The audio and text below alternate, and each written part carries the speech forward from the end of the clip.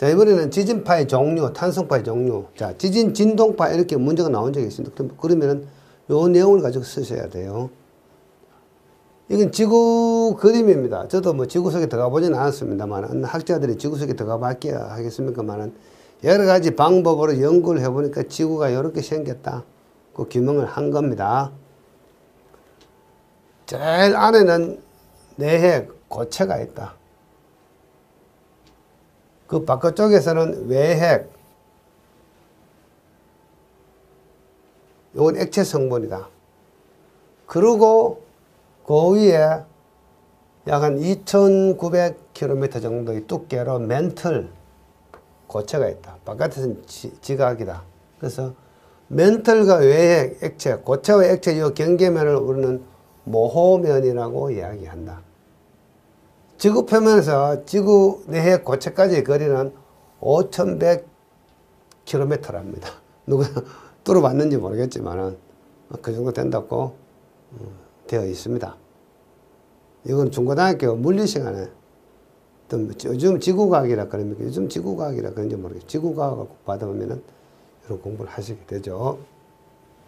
그래서 땅 속에서 지진이 일어나면은 파동은 크게 두 가지, 중심파와 표면파로 나누어진다. 첫 번째, 중심파는 실체파라고도 이야기하고 바디 웨이브 또는 최적파라고 이야기합니다. 중심파, 실체파, 최적파, 바디 웨이브. 지구 내부로 3차원적으로 전파를 한다. 그렇지만은 불연성면을 만나면은 반사하거나 굴절을 한다. 고체 성분이 그대로 연결된 게 중간에 어떤 뭐 단층대나 연속되지 않는 불연성면, 그런 파동이 가다가 여기서 이렇게 반사하거나 또는 굴절, 이렇게 가서 쭉 꺾여 올라오는 굴절, 반사나 굴절을 한다. 이런 이야기입니다. 그중 크게 두 가지가 있는데 P파와 S파가 있습니다. P파는 프라이머리 웨이브, 초기파라고 이야기하죠. 그 P파는 파동의 움직임이 종방향으로 움직이기 때문에 종파라고 이야기합니다. 또는 압축파, 컴프레셔널 웨이브라고 이야기합니다. 위에 그림을 보시면은 이제 진동이 이렇게 발생하고 진동파의 진행 방향이 이렇게 진행이 되는데 진동도 진행 방향하고 같은 방향으로 종방향으로 움직인다. 그래서 종파라고 이야기합니다. 종파. 그래서 이 파는 고체, 액체, 기체를 모두 통과합니다. 만약에 여기서 지진이 일어나면 이렇게도 전달되지만 이렇게도 전달이 된다는 이야기입니다. 고액 기체, 고체, 액체, 기체, 뭐 공기도 통과하고 다 전달되는 게 P파다. 그 종파다, 소멸파다. 쉽게 하자면은 이 방향으로 파가 진행이 되면서 파의 모양이 이런 식으로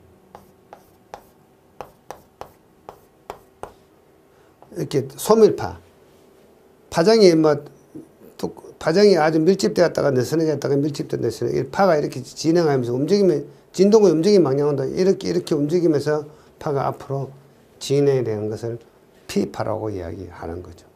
자, 우리가 발파를 하게 되면 P파는 분명히 검출이 된다. 프라이머리, 초기파라고 이야기하고, 그 다음에 뒤따라오는 것이 S파입니다. S파.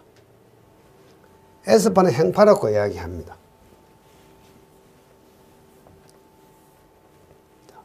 S파는 외핵을 통과하지 않는다. 고체만 통과한다. 조금 전에 우리가 지구 내부의 구조가 핵이 있고 외핵 액체가 있고 멘틀이 있었죠. 여기에 만약에 이렇게 지진이 발생하면은 외핵은 액체죠, 액체. 액체는 통과하지 않는다는 이야기입니다. 그래서 이렇게 고체만 통과한다. P파 뒤에 따라오는 파이기 때문에 S파다. 세컨더리, 2차파죠. 그리고 여기 보시면은 모호면에서 반사한다. 이렇게 가다가 여기서 모호면을 액체이기 때문에 이렇게 다시 반사를 하는 파가 S파다. 그리고 행파다. 파의 진행 방향이 이렇게 되시면은 진동은 이런 방향으로 일어난다는 이야기입니다. 자, 여기 보시면 S파. 파가 이렇게 진행이 되는데 진동은 이렇게 파의 진행 방향과 직각으로 일어난다. 그래서 행파라고 이야기합니다. 진동이 진행 방향과 수직이다. 이거는 변이가 크면서 이게 뒤틀린 파다. 그래서 P파가 먼저 이렇게 오고 그 다음에 S파가 이렇게 따라온다는 이야기입니다. 요거는 P파와 S파의 비교, 앞에 쭉 설명한 내용을 아주 간단하게 비교해 보면은 이렇게 비교할 수가 있다.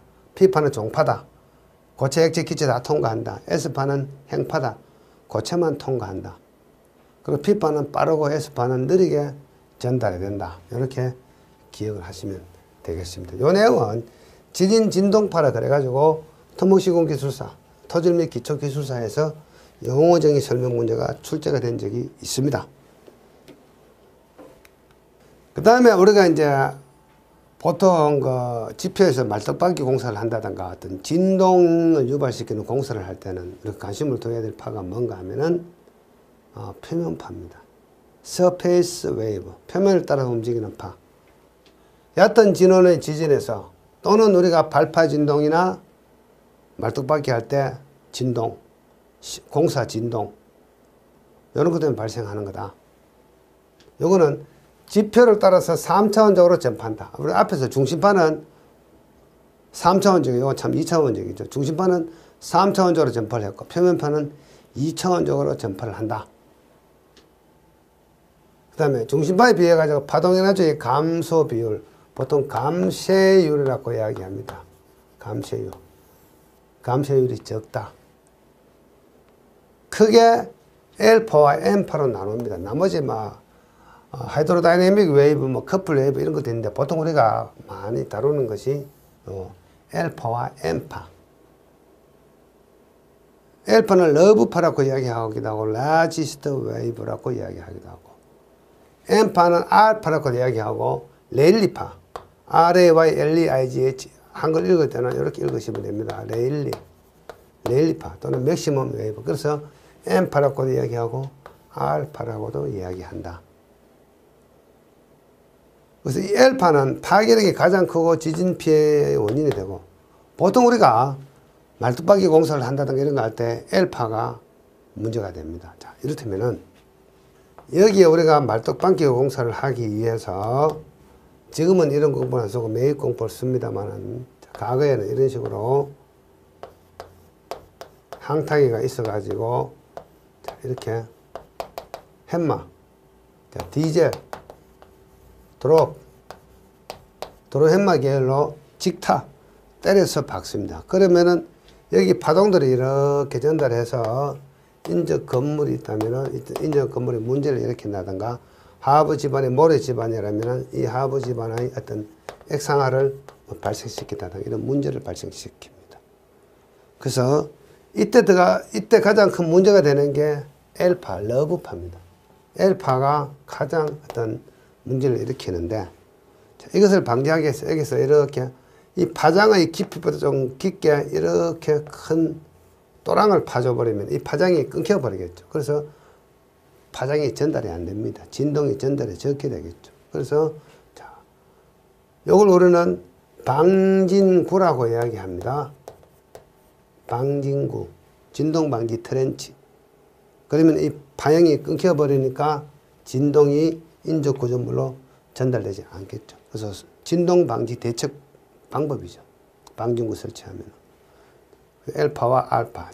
L파는 파괴력이 크고 M파는 인접구조물에 영향을 크게 미친다. 그래서 방진 트렌치를 설치하면은 이러한 L파라든가 M파라든가 어떤 작업에 의한 진동을 차단할 수가 있겠죠. 이것을 우리는 방진구라고 이야기합니다.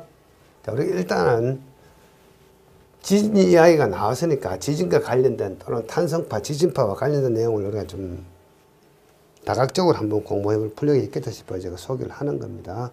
이런 문제가 나왔습니다. 지진 진동파. 자, 종류별 개념 그림입니다. 요게 컴프레셔널 웨이브고 요게 시어 웨이브다. 요거는 레일리 웨이브다. 이렇게 생각하시면 되겠습니다. 자, 그래서 지진 진동파 이런 문제가 나왔기 때문에 제가 소개해 보는 거고. 자, 원래 본 질문은 뭡니까? 지진의 규모와 지진의 크기 측정하는 방법. 자, 그래서 규모하고 진도하고는 조금 다릅니다. 규모하고 진도. 규모는 M입니다. M. 리히터 규모. 진동은,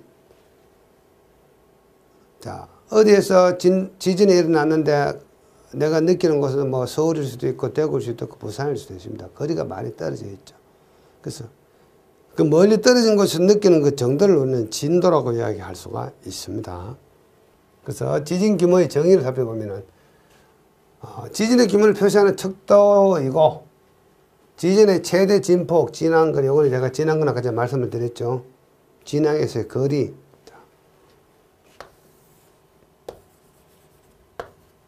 여기 사람이 이렇게 있었다. 지진이란 땅속을 진원이라고 이야기하고 지표면을 진앙이라고 이야기하고 지표면에서 여기까지 거리를 진앙거리라고 이야기했죠. 이 거리 등에 따라서 결정이 되는 게 지진의 규모 M이다. 그걸 우리 일반적으로 리히터 규모라고 이야기하죠. 리히터 규모. 리히터라는 사람이 제안한 방법입니다. 1935년도, 저도 태어나기 전입니다. 일제 강점기 시절이죠. 지진의 상대적 크기를 측정하기 위해서 지진파 기록을 이용해서 만든 규모 척도의 개념이다. 지진 기록에 기록된 가장 큰 파인 P파, S파 또는 표면파의 진폭을 기초로 해서 만들었고 거리의 증가에 따라서 진폭의 감소를 설명하기 위한 방법을 고안을 했다. 그래서 진폭이 10배 증가하면 리히터 규모는 1이 증가한다는 개념입니다. 그래서 리히터 규모가 만약에 4, 5 여기 있으면 하나 증가할 때마다 진폭은 10배씩 증가한다. 4하고 6하고 차이는 벌써 10 곱하기 10은 100배. 100배 정도의 진폭이 증가한다. 그리고 자, 이 규모 1이 증가하면서 에너지는 32배 증가한다. 4에서 5로 가면 32배, 5에서 6으로 가면 또 32배. 그럼 얼마입니까? 30 곱하기 30 하면은 3, 3은 9, 900배 정도. 에너지가 900배 정도, 약 한 1000배 정도 늘어나는 거죠. 지진의 규모가 4인 경우하고 5인 경우하고 엄청난 차이가 나죠. 4일 때의 어떤 에너지보다는 5일 때 에너지가 약 한 1000배 가까이 늘어난다는 이야기입니다. 그래서 우리나라 경주에서 가장 큰 지진이 우리나라가 지진 관측상 가장 큰 지진이 5.8이 있었는데 그 6에 가깝죠.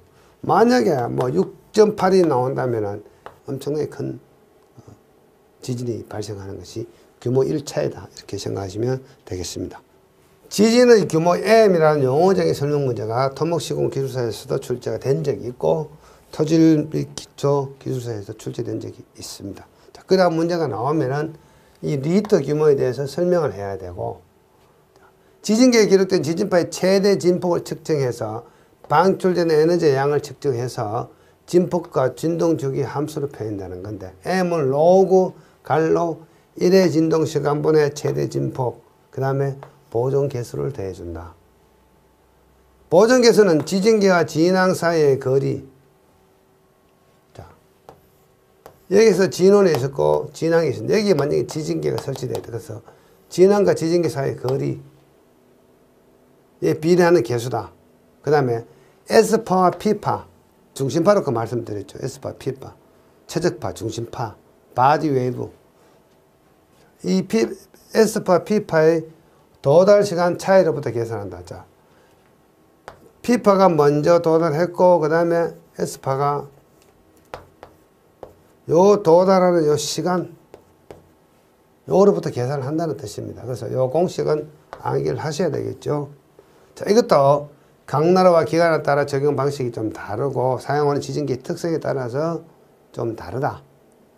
일본인 경우에는 이런 공식을 쓴다. 이런 공식에서 기본을 해서 변형시켜가지고 M은 로고에 플러스 1.73 로고 델타 마이너스 0.8 이런 공식을 쓴다죠. 이게 뭡니까?